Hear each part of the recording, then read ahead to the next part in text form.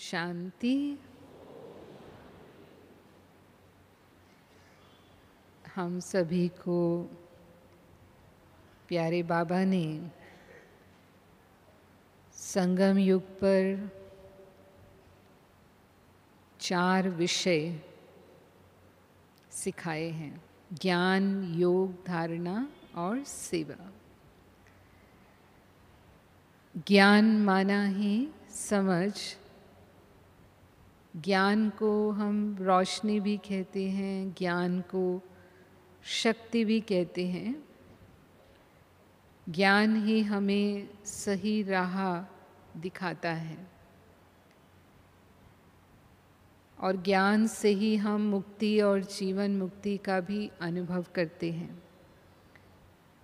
जीवन में रहते हुए जीवन मुक्ति,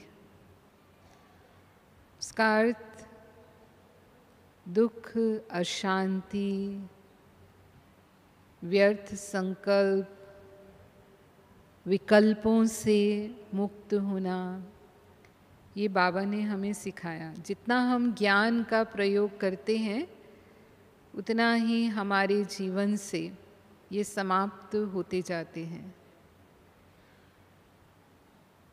हम अशुद्ध भोजन, व्यसनों से भी मुक्त हुए,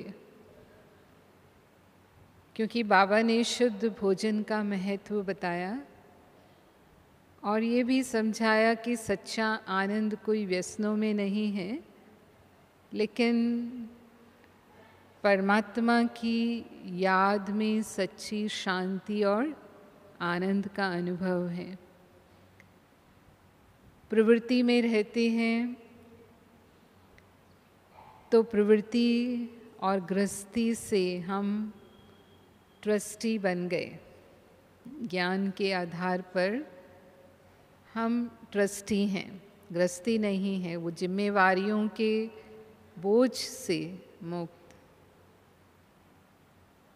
संग और संबंधों का जो बंधन था उससे भी मुक्त होकर के हम परमात्म संबंध में, परमात्म संग में आ गए।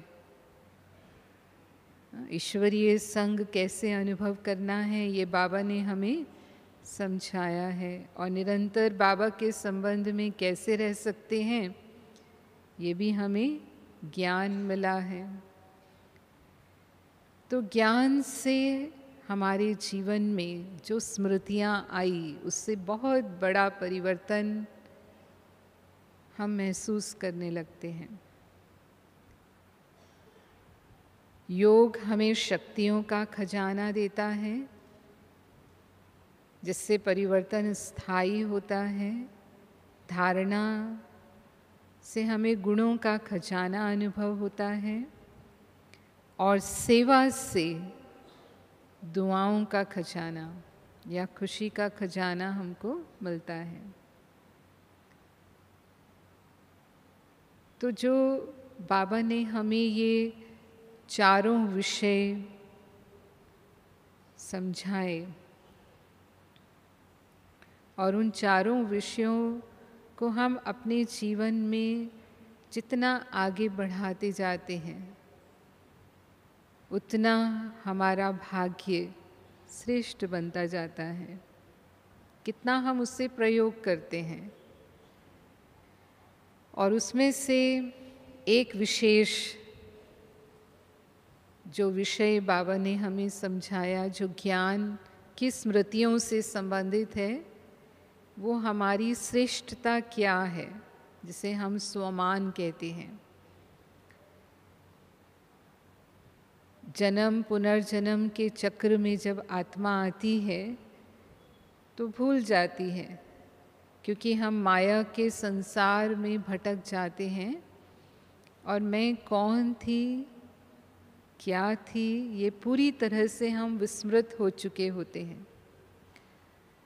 तो बाबा हमें पुनः वो स्मृति दिलाते हैं कि मैं वही श्रेष्ठ आत्मा हूँ, वही कल्प पहले वाली देवात्मा हूँ, पूज्य आत्मा हूँ, पवित्र आत्मा हूँ, महान आत्मा हूँ, कोटों में कोई भगवान की चुनी हुई श्रेष्ठ आत्मा हूँ, मास्टर सर्वशक्तिवान हूँ। हम ही विश्व कल्याणकारी हैं, विश्व सेवाधारी हैं, ब्राह्मण कुलभूषण हैं, विश्व के आधार मूर्त हैं। कितनी लंबी लिस्ट है। शायद मैं अगर अभी उसको कहूँ तो पूरा 1 घंटा हो जाएगा वही लिस्ट कहने में, कि कितनी स्मृतियाँ बाबा ने हमें दिलाई हैं। लेकिन बाबा ने हमें जो ऊंची नज़र से देखा, इतना सम्मान दिया, ये भगवान ने ही हमें दिया। और कोई ऐसा सम्मान किसी को नहीं दे सकता दुनिया में। कोई कितना भी ऊंचा हो, कितना भी बड़ा व्यक्ति हो, ना तो वो इतने टाइटल वाला हो सकता है और ना ही वो किसी को इतना सम्मान दे सकता है जो भगवान ने हम बच्चों को दिया है। बाबा ने हमें चरणों के दास दासी से, हम जब भक्त थे तो हम कहते थे भगवान हम आपके चरणों के दास हैं, लेकिन चरणों के दास दासी से अपने सिर का ताज बना दिया। सरताज बच्चे हैं हम, बाबा के राजा बच्चे हैं। बाबा हमें कहते हैं मेरे सब राजयोगी बच्चे हैं, माना राजा बच्चे हैं। और हर रोज़ मुरली में हमें बाबा याद, प्यार और नमस्ते कहते हैं।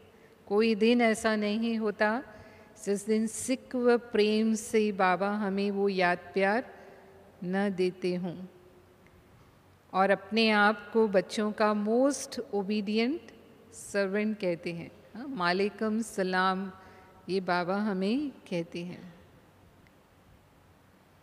तो क्या हम इसे सिर्फ सुन लेते हैं, या जो बाबा हमें सम्मान देते हैं वो हम स्वीकार करते हैं? जिस नज़र से भगवान हमें देखते हैं उसी नज़र से हम अपने आप को देखें और इतना ऊंच श्रेष्ठ अनुभव करें, ये बाबा हमसे चाहते हैं।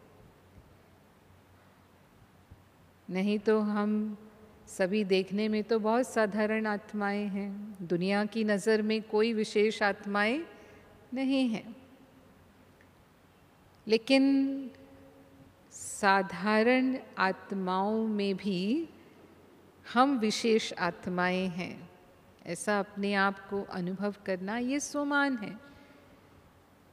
यानी अपने आप को सम्मान देना बाबा ने हमें दिखाया, हमें समझाया। और जितना हम उस स्वमान की स्मृति में रहते हैं उतना ही हमें नशा रहता है, खुशी रहती है। जैसी स्मृति वैसी स्थिति का अनुभव हम करते हैं, क्योंकि स्मृति श्रेष्ठ है तो स्थिति भी श्रेष्ठ होगी, और स्मृति श्रेष्ठ है तो समर्थि भी आती है। स्मृति से समर्थि होती है। दुनिया में भी कहते हैं as you think so you become. जो आप सोचते हैं वही आप बन जाते हैं। तो हम वो श्रेष्ठ आत्माएं हैं, जो भी स्मृतियाँ बाबा ने हमें दिलाई है, अगर वो मेरी स्मृति में रहता है तो हम धीरे धीरे उस पोजीशन पर सेट होने लगते हैं। हो सकता है हमें समय लगता है। हाँ, जैसे हम अपने शास्त्रों में सुनते हैं कि हनुमान जी को ये स्मृति नहीं थी कि मैं पवन पुत्र हूँ और मैं हवा में उड़ सकता हूँ और ये समुद्र को पार करना मेरे लिए कोई बड़ी बात नहीं है।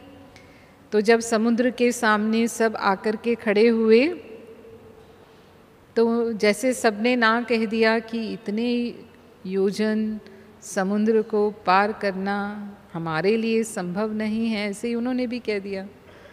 लेकिन जो जामवंत थे वो जानते थे कि हनुमान की शक्ति क्या है, तो उन्होंने उसको याद दिलाया कि तुम भूल गए हो तुम कौन हो। तुम तो एक छलांग लगाओगे तो समुद्र को पार कर सकते हो, इतनी ताकत है तुम्हारे अंदर। तो जब उनको स्मृति आई तो उन्होंने वो कर दिखाया जो असंभव था। तो यानी असंभव को संभव करने की शक्ति भी हम में तब आती है जब वो स्मृति हमारे में है।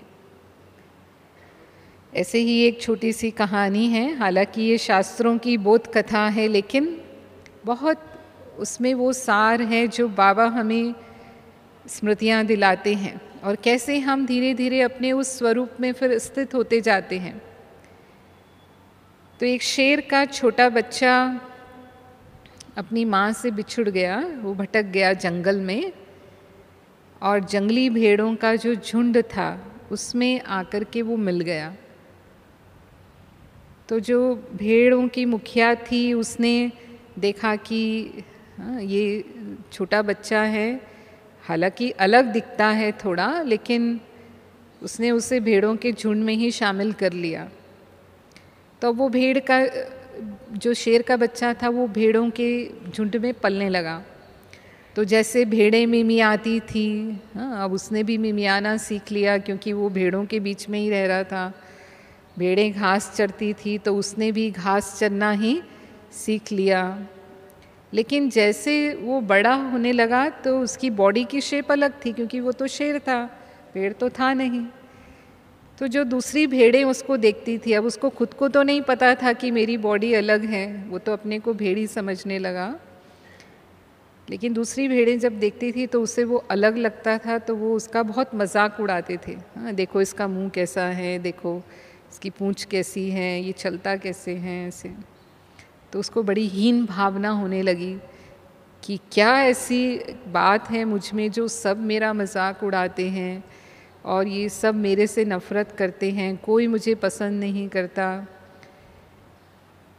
तो उसको ऐसा लगने लगा कि मैं कहीं चला जाऊं यहाँ से। लेकिन जो मुखिया भेड़ थी वो हमेशा उनको समझाती थी कि गहरे जंगल में कभी मत जाना, वहाँ शेर रहता है और वो शेर भेड़ों को खा जाता है, तो कभी गलती से भी उधर गहरे जंगल में नहीं जाना।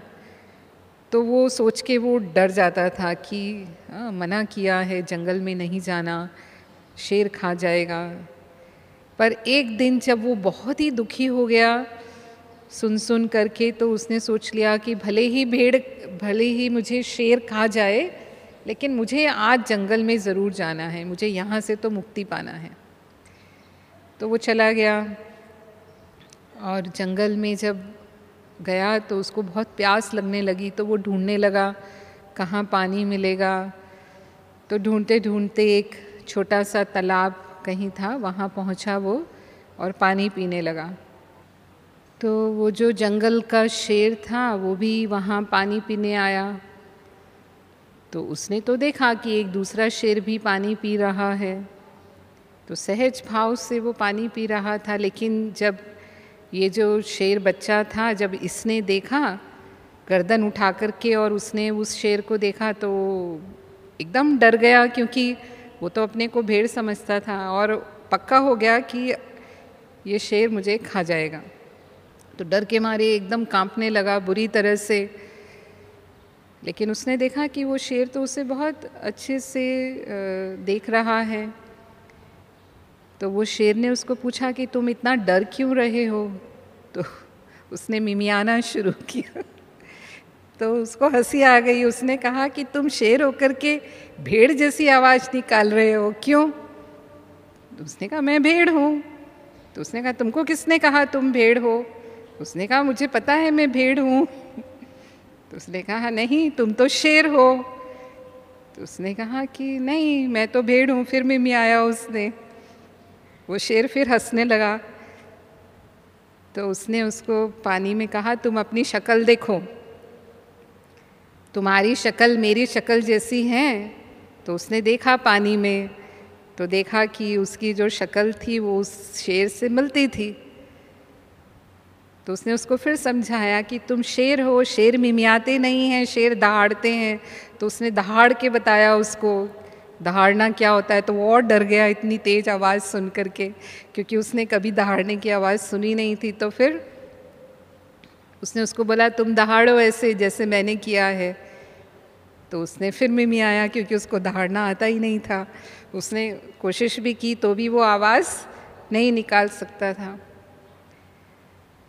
तो शेर ने उसको कहा, समझाया कि तुम शेर हो और जैसे मैं आवाज़ निकालता हूँ वैसे तुम निकाल सकोगे, लेकिन तुम रोज़ इस तालाब में आकर के अपनी शक्ल देखो और अपने को याद दिलाओ कि मैं एक शेर हूँ, मैं भेड़ नहीं हूँ।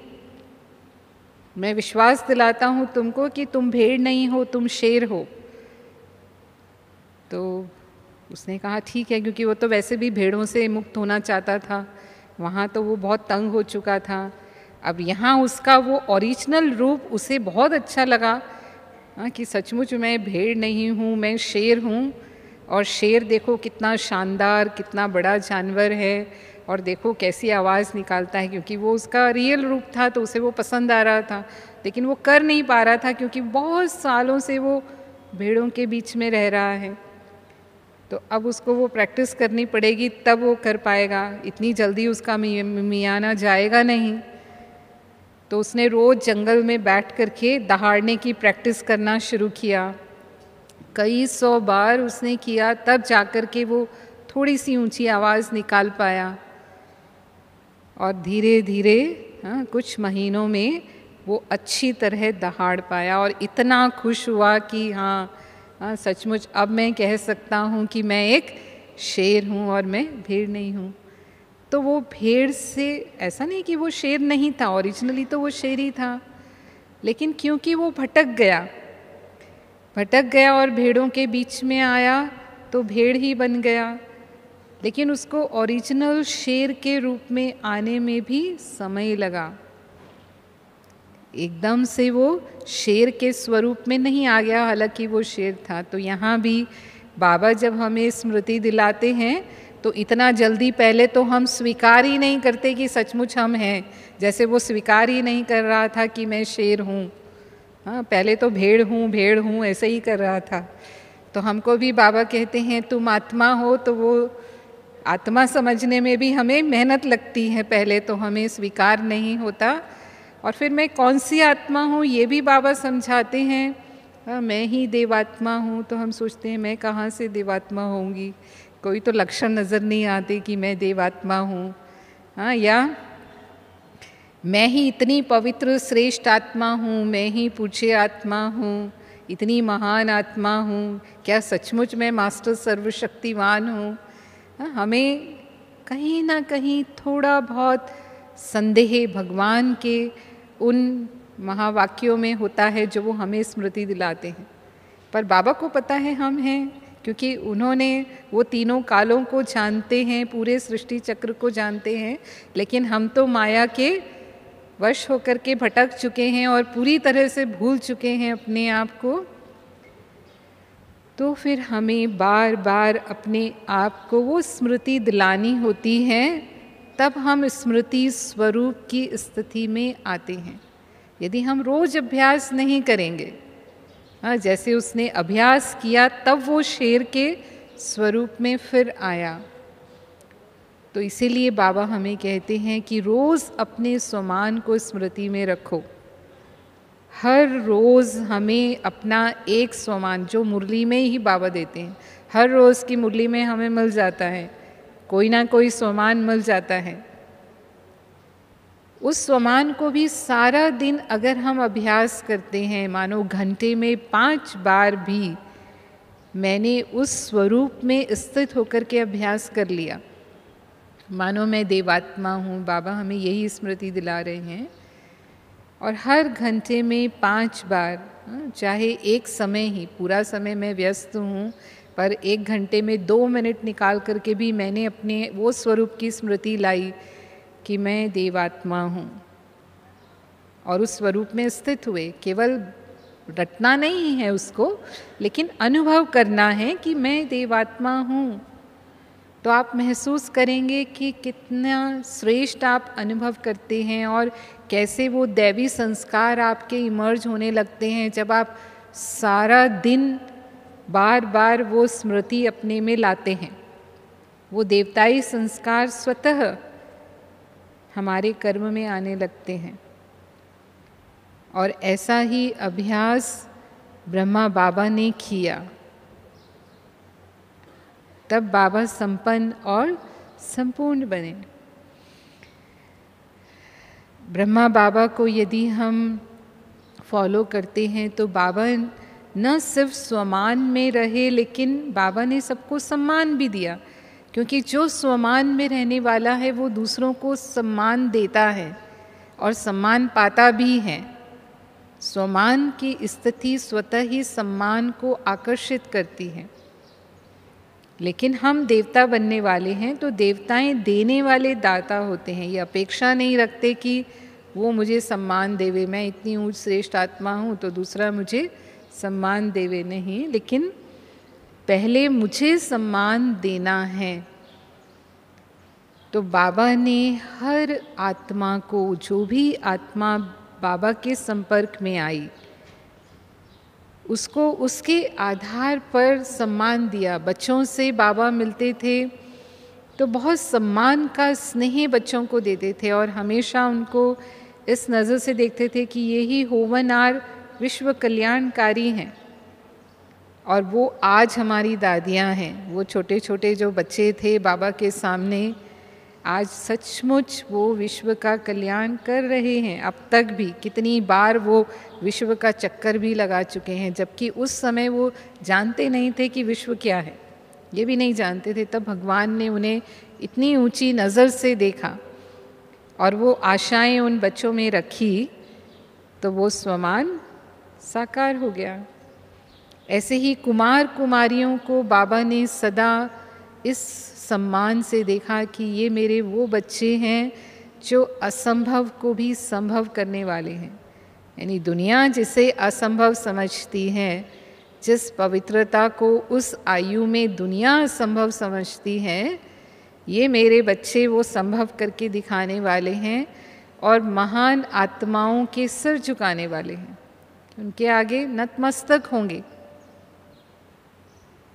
या जो आज की महान आत्माएं कहलाने वाले हैं, उनके भी सिर झुकाने वाले, जैसे बताया है ना। ऐसे ही बाबा ने अपने समान आयु के जो बुजुर्ग थे, उनको हम जीन्स आत्माएं, मेरे समान ये अनुभवी आत्माएं हैं, उनके सम्मान से देखा। और जो भी बांधेलियाँ थी, बांधेले थे, उनको हमेशा बाबा ने ये समझा कि ये याद में नंबर 1 है। इनकी लगन जो छुटेले हैं उनसे बहुत ज़्यादा है, इनकी योग की पावर बहुत अधिक है। तो हमेशा उस तरह से बाबा ने उनको सम्मान दिया। तो जिस तरह से, जिस नज़र से आदि पिता ने हमें देखा, उसी तरह से हमें भी उनको दूसरों को देखना है, जो भी हमारे संपर्क में आते हैं। तो बाबा की ये सम्मान की नज़र देही अभिमानी स्थिति सदा रहने के कारण रही।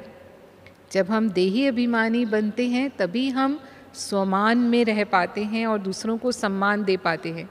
नहीं तो कहीं ना कहीं हम अभिमान में आते हैं तो 2 बातें होती हैं।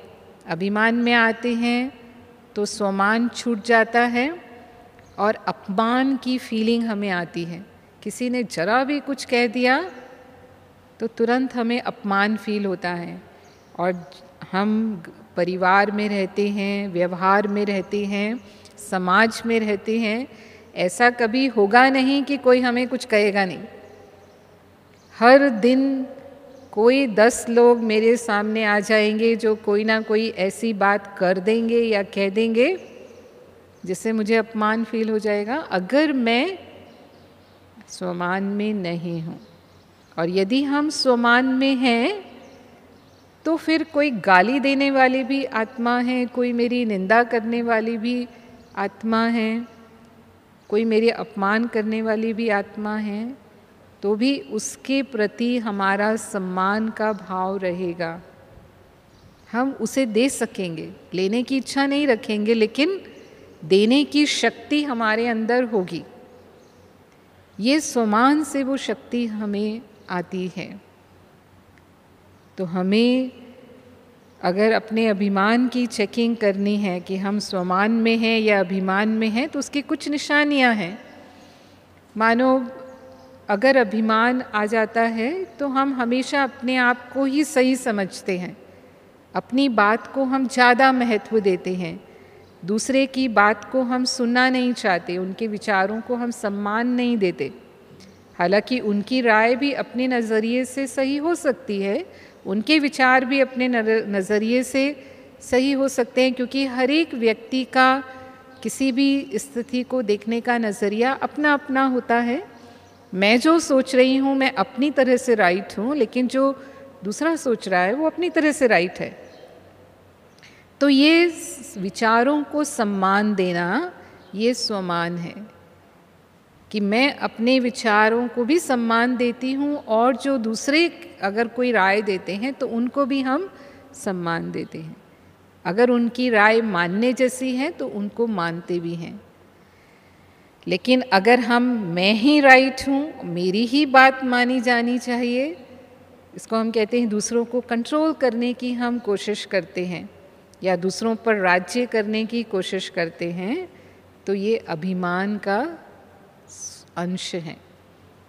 ऐसे ही अगर अभिमान है हमारे अंदर तो हम अपनी गलती नहीं मानते हैं। गलती हम सबसे होती है, श्रीमत के विपरीत कुछ भी भूल हो गई हमसे वो गलती है, लेकिन हम उसमें सिद्ध करते हैं या जिद करते हैं।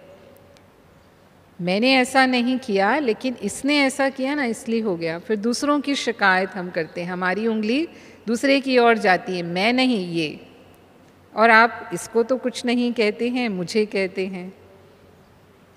तो अगर मैं सिद्ध और जिद और बहस में चली जाती हूँ, सीधी सी बात है, मेरे से कोई गलती हुई, अंदर में हम सभी जानते हैं, लेकिन हम कई बार अपना नाम नहीं खराब करना चाहते, अपने आप को कमज़ोर नहीं सिद्ध करना चाहते, तो हम इसका सहारा लेते हैं। तो बाबा कहता है कि ठीक है, उस समय आपने अपने आप को सिद्ध भी कर लिया, मानो आपकी बात मान ली भी गई, लेकिन भगवान तो सच्चाई जानता है ना।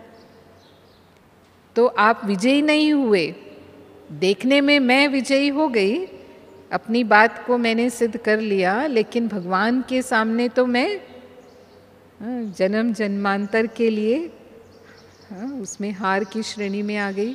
उसके विजय माला के हार में हम नहीं आएंगे।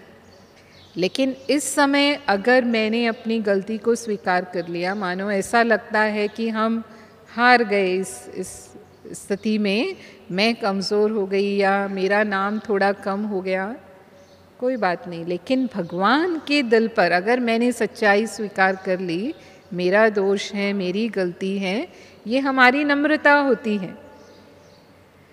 और जो स्वमान वाला होगा वो हमेशा, यदि उससे कोई गलती हो गई तो उसे वो सहर्ष स्वीकार कर लेंगे और आगे के लिए करेक्शन कर लेंगे, अपने आप को चेंज कर लेंगे, जिसको बाबा कहता है चेक और चेंज करना। उनकी रियलाइजेशन पावर बहुत अच्छी होती है, तुरंत ज्ञान के अनुसार रियलाइज हो जाएगा कि हाँ ये सही नहीं है, ये सही नहीं है माना नहीं करना है।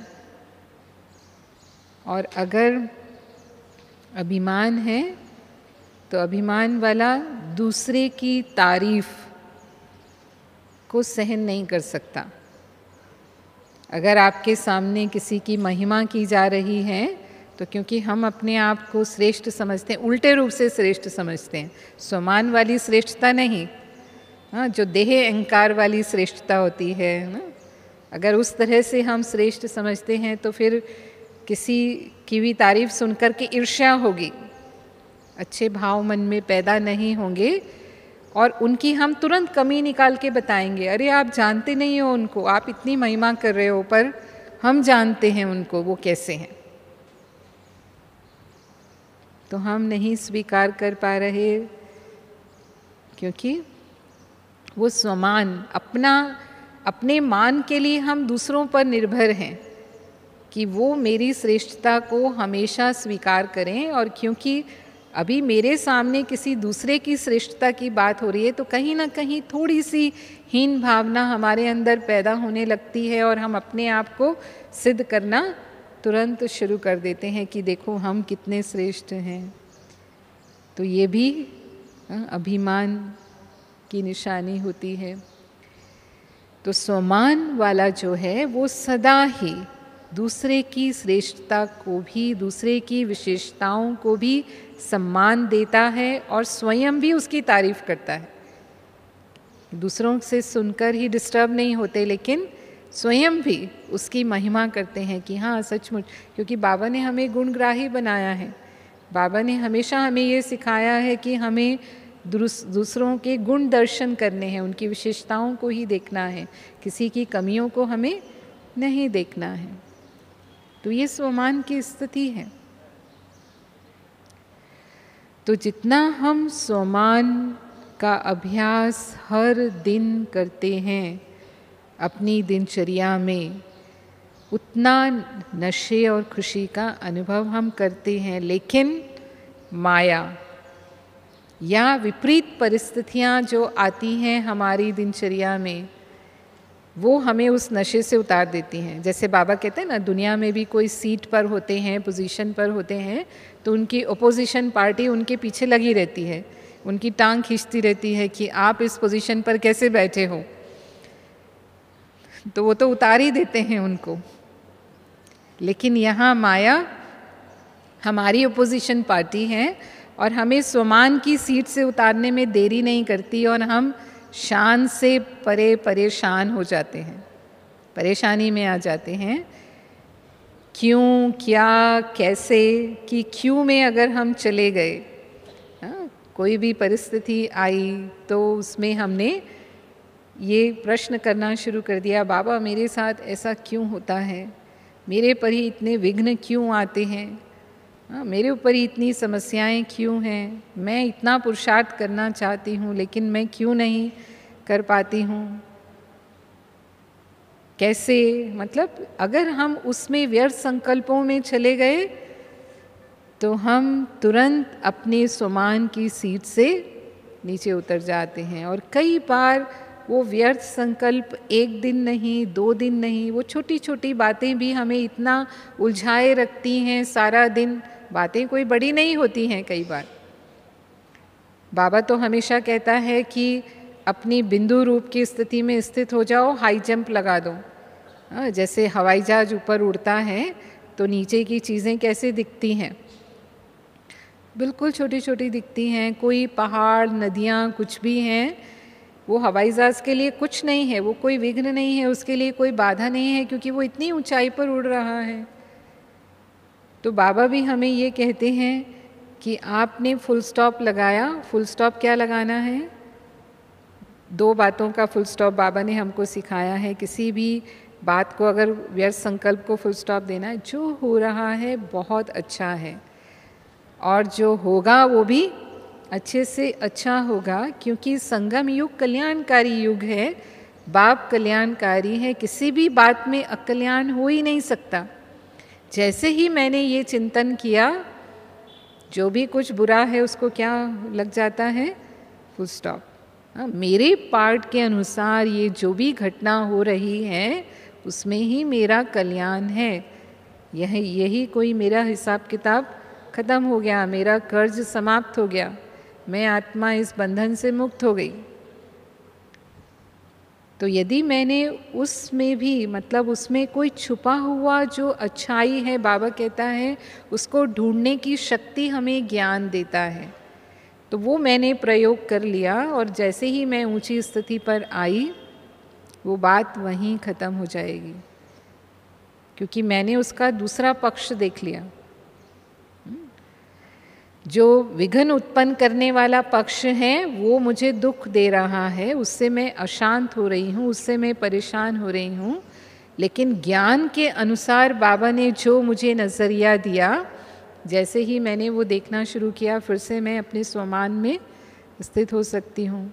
तो ये हमारे पेपर हैं, इन पेपरों को तो हमें पास करना ही है, क्योंकि माया तो जैसे वो ऑपोजिशन पार्टी वाले छोड़ते नहीं हैं, यहाँ भी माया भी हम बाबा के बच्चों को इतना आसानी से छोड़ने वाली नहीं है। तो इससे हमें जागृत रहना है, और जो भी अलबेलेपन में आकर के हम फिर से विस्मृति में आ जाते हैं और हम भूल जाते हैं कि मैं कौन हूँ, उसे फिर से हमें स्मृति में ले आना है। तो ये हम अपनी दादियों में भी देखते हैं। हमारी दादी, खासकर मैं बड़ी दादी के साथ रही हूँ काफ़ी वर्षों तक, तो मैं हमेशा देखती थी कि दादी स्वयं कितना स्वमान में रहते थे, और जो भी दादी से मिलने भी आती थी आत्माएं, उनमें भी वो इतना हिम्मत, आशा, उत्साह का संचार कर देती थी, जैसे उनके बोल वरदानी बोल होते थे, और जो भी मिलने वाले होते थे वो वैसी ही ऊंची स्थिति का अनुभव करते थे दादी जी से मिलकर। क्योंकि बाबा को हमने नहीं देखा, बाबा का हम सुनते हैं, लेकिन दादियों को तो आज हम प्रत्यक्ष में देखते हैं कि उनकी दृष्टि से ही हमारी स्मृतियाँ जागृत हो जाती हैं कि दादी से हमें दृष्टि मिली तो ही हम उस रूहानी स्थिति में, उस ऊंची स्थिति का हम अनुभव करने लगते हैं। तो जो स्वमान वाला है वो हमेशा गिरे हुए को ऊपर उठाएगा, किसी भी गिरे हुए को दोबारा और नहीं गिराएगा।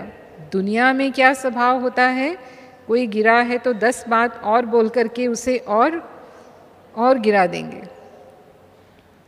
किसी को ठोकर लगी है तो 4 ठोकर और लग जाएगी उसको। लेकिन स्वमान माना हम बाबा के बच्चों का ये फ़र्ज़ है कि चाहे वो अवगुण वाली आत्मा है, चाहे वो माया के वश आत्मा है, चाहे वो दोषी आत्मा है, लेकिन फिर भी अपने स्वमान की शक्ति से उनको गुणवान बनाना, उनको हिम्मतवान बनाना, उसके अंदर आशा का संचार करना, उसका स्वमान जागृत कर देना, उसे भी उस ऊंची स्थिति का अनुभव कराना।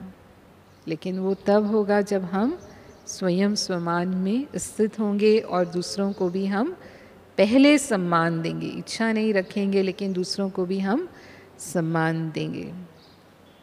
ओम शांति।